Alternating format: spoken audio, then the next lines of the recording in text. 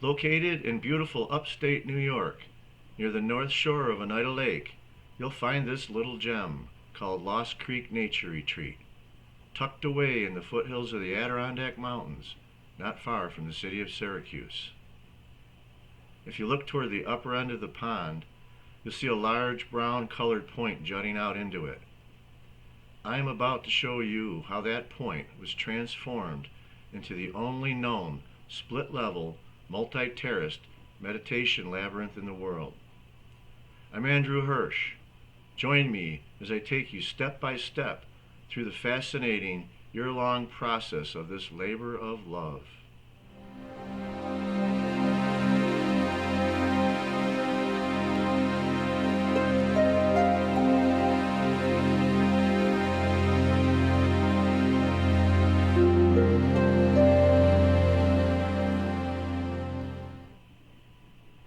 Having the advantage of being the highest spot on the pond, the point has always been a favorite place to relax and enjoy the view.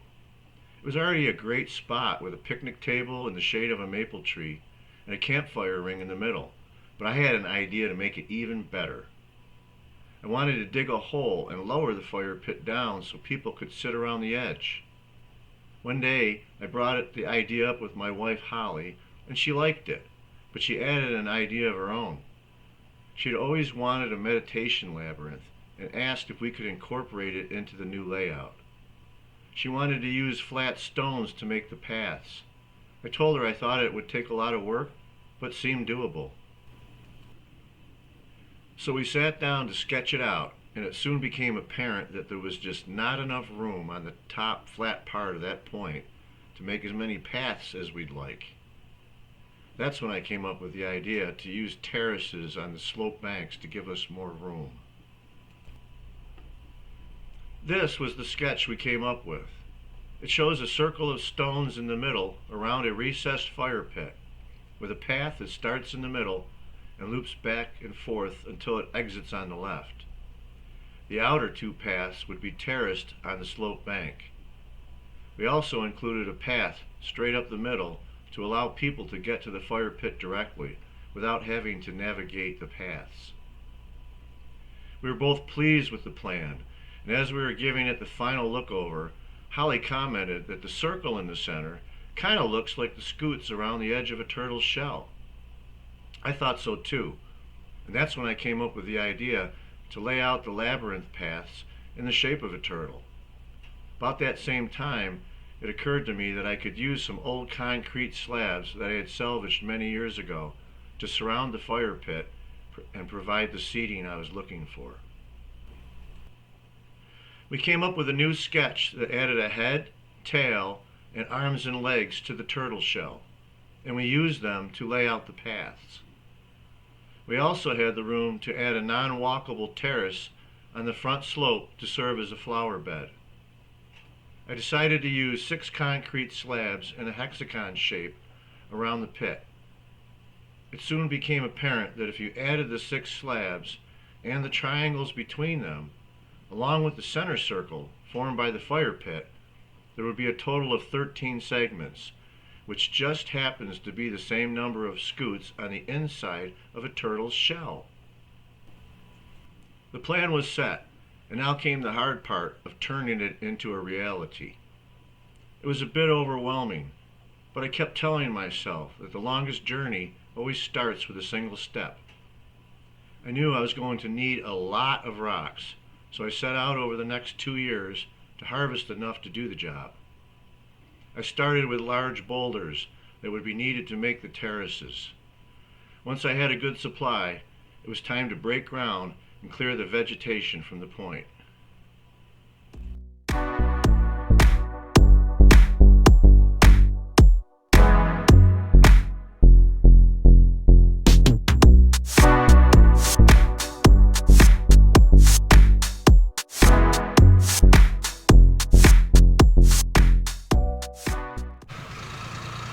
Once again, my backhoe was the key to the whole operation.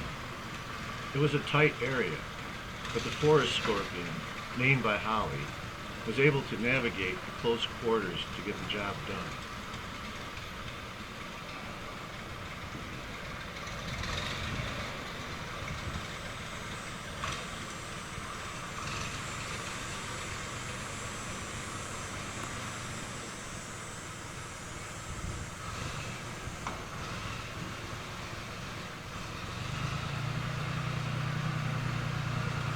I was nervous each time I had to position the backhoe on the edge of the bank. I always put my outriggers most of the way down before sneaking up, making sure I kept my tires on virgin soil.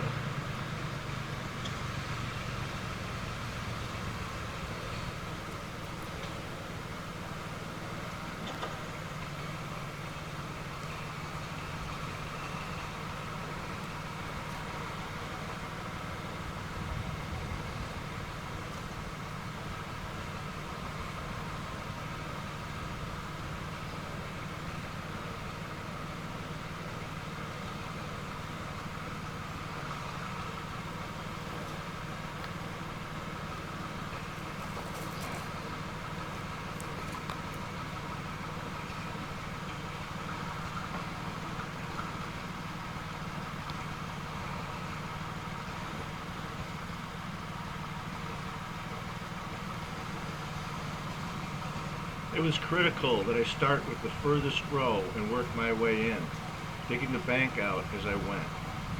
Once I moved to the next row in, there was no way to redo the outer row, as it would be out of reach. I lowered the pond water level down prior to the job to allow placing the lowest row right at the water line.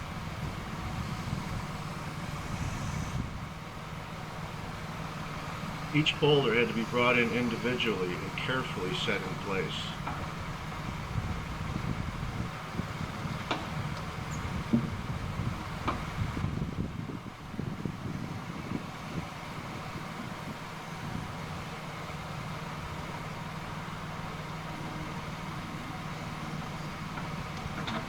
These rocks were too large to maneuver by hand, so I had to get them as close as possible with the backhoe.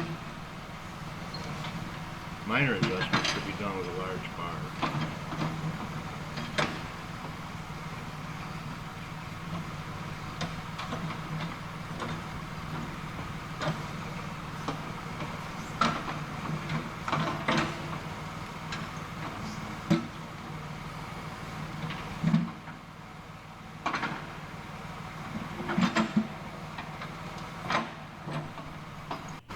I picked my best boulders for these rows, nice and square, with at least one flat side placed on top. I wanted them to be comfortable for people to sit on.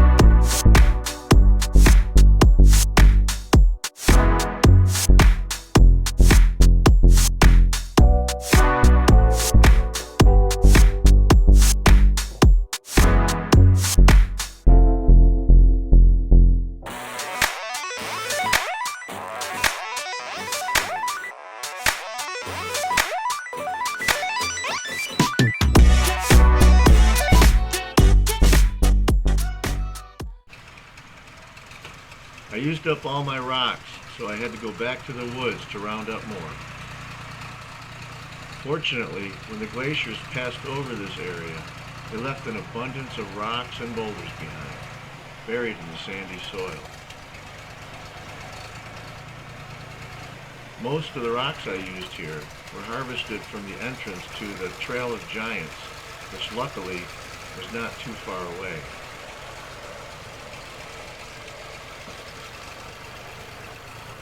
I lost count on how many loads I brought in.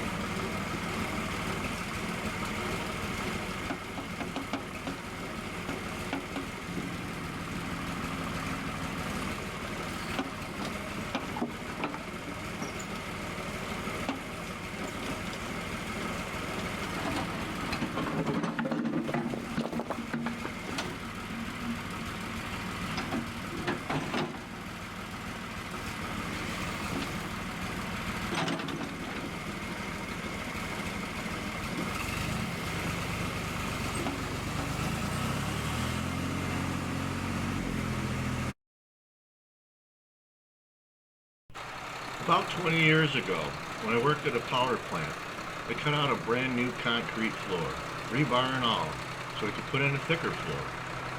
They offered me the slabs if I agreed to remove them. So I rented a flatbed trailer, hauled 30 of them home, and put them along the back trail, figuring someday I'd come up with a use for them. I dug out 6 slabs that were as close to the same size as possible, pressure washed them, and moved them to the work site. With more rocks, slabs, and the fire pit ring stage, I turned my attention to the final grading, while the space was still clear enough to use the backhoe. I made sure to slope the grade from front to back so rainwater would run away from the terraces and prevent erosion. The next step was installing the fire pit ring.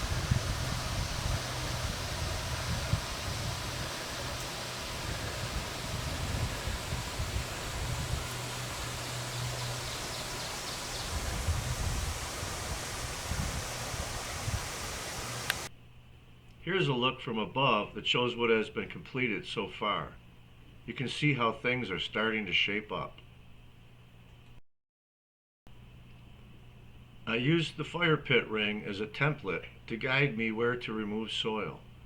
I dug out the area to a depth that would result in the top of the ring being level with grade, including a bed of pea stone. Before lowering the ring into the hole, I brought in the pea stone to line the bottom of the pit. After the ring was lowered into the pit, the excess soil was raked into place for the final grading.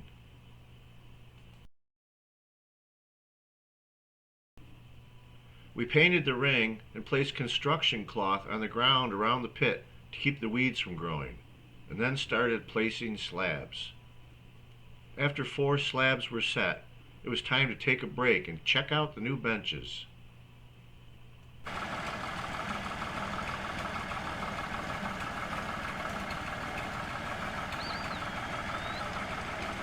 Setting the slabs was definitely pushing the backhoe to its limits. It's amazing what hydraulics can do.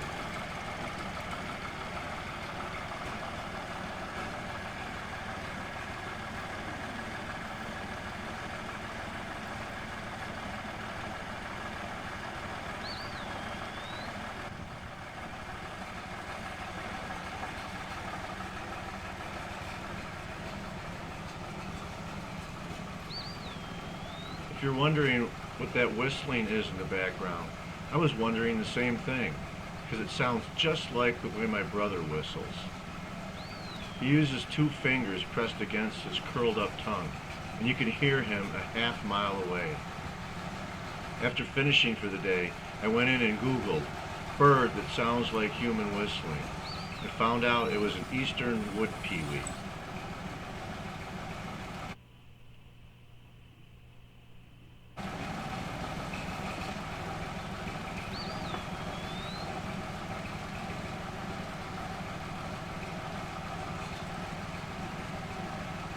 Who would have thought that such a little bird could make so much noise?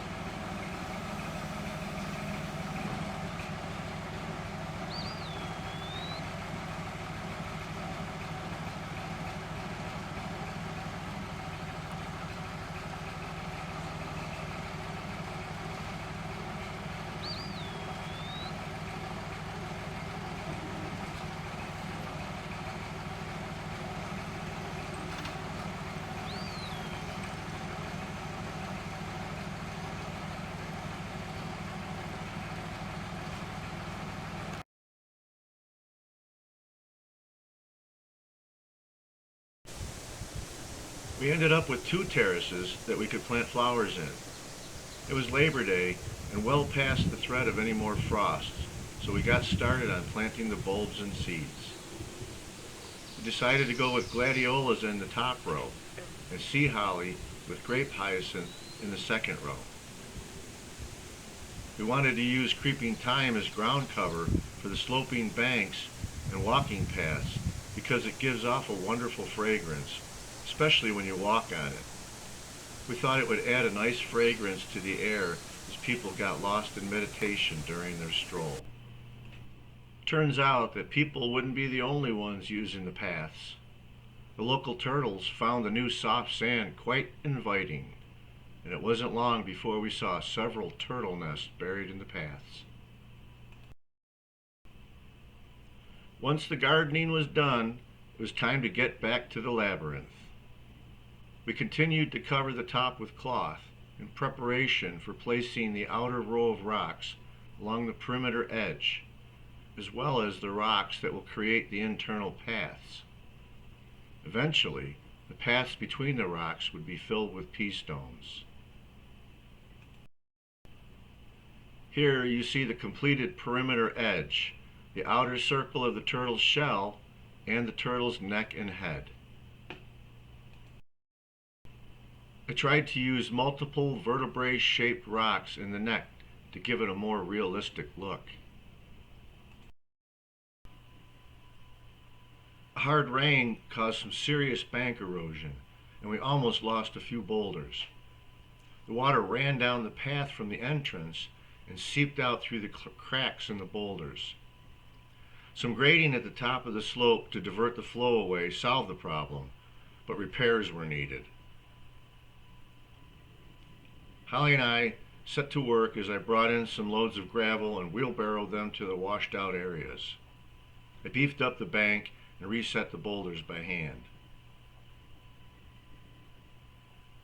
The boss, checking out my work. Not sure if the seed came in with the soil or blew in from adjacent areas, but there was an explosion of deer tongue weed that would have taken over if we hadn't spent hours and hours weeding out the new sprouts. Today, Holly pulled weeds while I set stones. Not only did the turtles like the soft sand in the pathways, they liked the slopes even better. Each morning, we noticed holes dug in the soft banks. We had to protect the vulnerable banks from erosion, and the turtles weren't helping. By now, the gladiolas were poking their heads up nicely, and the creeping thyme is starting to green up along the rock edges. This is what creeping thyme looks like when it sprouts. It was a challenge planting the 2 pounds of seeds it took to cover all the banks and paths. They are so small, they look more like ground pepper than seeds. In order to save the banks, we installed poultry fencing to block the turtles from digging. They could have at it on the flats, but the banks were off limits. Turns out that the fencing had an added bonus when it served as a lattice for the creeping thyme to grow on and hold it to the bank as it got established. Mornings are the best time to be on the point. Morning sunlight comes in low over the pond and creates an inviting warmth that just draws you in. Once the stones were set in the triangle segments, it was time to start bringing in the piece stones to complete the turtle's shell. The turtle was really starting to shape up. I continued to build the arms and legs, filling in completed areas with piece stones as I went. My original plan was to use flat stones along the outer border, similar to the stones for paths, but I decided they would need to be larger and more block-like to really define the edge. Back to the woods I went to scrounge for just the right rocks.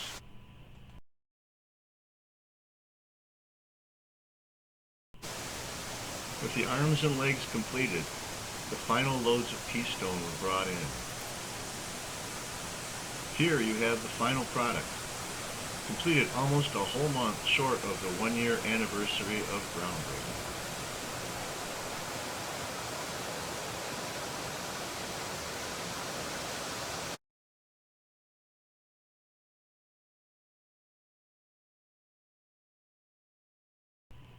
It couldn't have been better timing, because it wasn't long before we had our first visitors to the point. And it wasn't just any old visitors. Like salmon returning to their home to spawn, these folks were the daughter and grandkids of the previous stewards of this land. It had been 30 years since they moved away, and one day they showed up unexpectedly to visit for the first time in all those years. Positioning the first row of boulders right at the water line allowed for double the viewing pleasure on a calm day. The Gladiolas were in full bloom now, and the creeping thyme was coming along nicely. We were surprised to see how fast it grew. We couldn't wait to see how everything would look next year.